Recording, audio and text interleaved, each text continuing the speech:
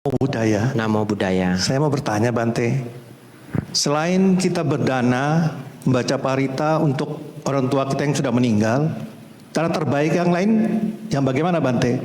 Dan apabila orang tua kita itu sudah terlahir kembali di alam manusia atau alam lainnya, apa masih ada manfaatnya kita berdana? Terima kasih Bante. Iya. Jadi selain kita berdana kemudian pelimpahan jasa, maksudnya seperti itu ya? Ya, jadi selain kita pelimpahan jasa, membacakan parita untuk orang tua yang sudah meninggal, apakah ada cara lain? Jawabannya adalah itu cara terbaik. Ya, Sang Buddha memang tidak ada cara yang lain. Caranya hanya pelimpahan jasa. Terus bagaimana kalau ternyata keluarga kita sudah lahir di alam yang mungkin tidak perlu menerima pelimpahan jasa? Nah, ini pertanyaan yang persis sama. Ada seorang Brahmana dulu bertanya kepada Sang Buddha, persis sama pertanyaannya. Tetapi di zaman itu mereka pelimpahan jasanya unik.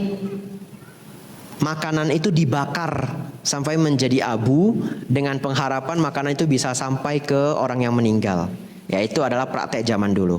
Ya, tapi karena pertanyaannya mirip, saya mengambil jawaban Sang Buddha. Sang Buddha mengatakan, kalau kita pelimpahan jasa, itu hanya bisa membantu sanak keluarga kita yang terlahir di alam peta. Tapi kalau mereka terlahir di alam neraka pun tidak bisa membantu sebenarnya. Ya, kalau mereka terlahir di alam binatang pun tidak bisa membantu sebenarnya. Karena kalau dia sudah terlahir sebagai ikan di lautan, ikan yang mana kita juga sudah tidak tahu. Misalkan begitu ya.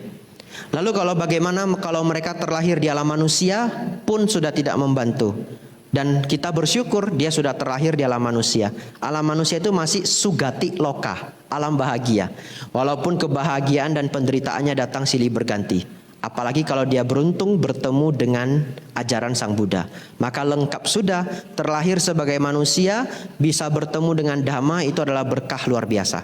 Oleh karena itu kalau sanak keluarga kita lahir sebagai manusia, pun pelimpahan jasa itu tidak sampai ke mereka. Bagaimana kalau mereka terlahir sebagai dewa? Nah, sebagai dewa mereka akan bisa mengetahui kita melimpahkan jasa. Bahkan di dalam parita itu ada etawata caamehi sambatang punya sampadang sabe dewa numodantu. Semoga para dewa berbahagia. Jadi kita bisa pelimpahan jasa kepada dewa. Tapi mereka sesungguhnya tidak diberi pelimpahan jasa pun mereka sudah happy-happy luar biasa. Betul ya? Tetapi itu membuat mereka semakin senang karena ada keluarga yang masih ingat kepada mereka. Tetapi Sang Buddha melanjutkan, kalaupun kita melakukan pelimpahan jasa setelah berdana, kita melimpahkan jasa untuk sanak keluarga, kalaupun mereka tidak bisa menerima, dana itu kita sendiri yang menerima. Betul ya? Karena berbuat baik itu tetap ada karma baiknya. Jadi kalau kita limpahkan kemudian sudah tidak terkondisi untuk sampai ke sanak keluarga yang meninggal itu, kebajikan yang dilakukan ini pun tidak sia-sia sama sekali. Kita sendiri yang mendapatkannya. Itu jawaban dari Sang Buddha. Memang saya mengetahui.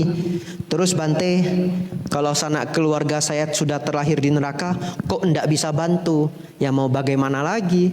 Itu adalah konsekuensi dari perbuatan buruk dia sendiri. Itu mirip dengan kalau misalkan keluarga kita sendiri membunuh seorang pria, kemudian dia dipenjara. Bagaimana kita bantu dia bebas, sedangkan kita tahu dia juga melakukan kejahatan. Ya, di sana kita hanya bisa UPK saja. Oleh karena itu praktek UPK itu kadang diperlukan.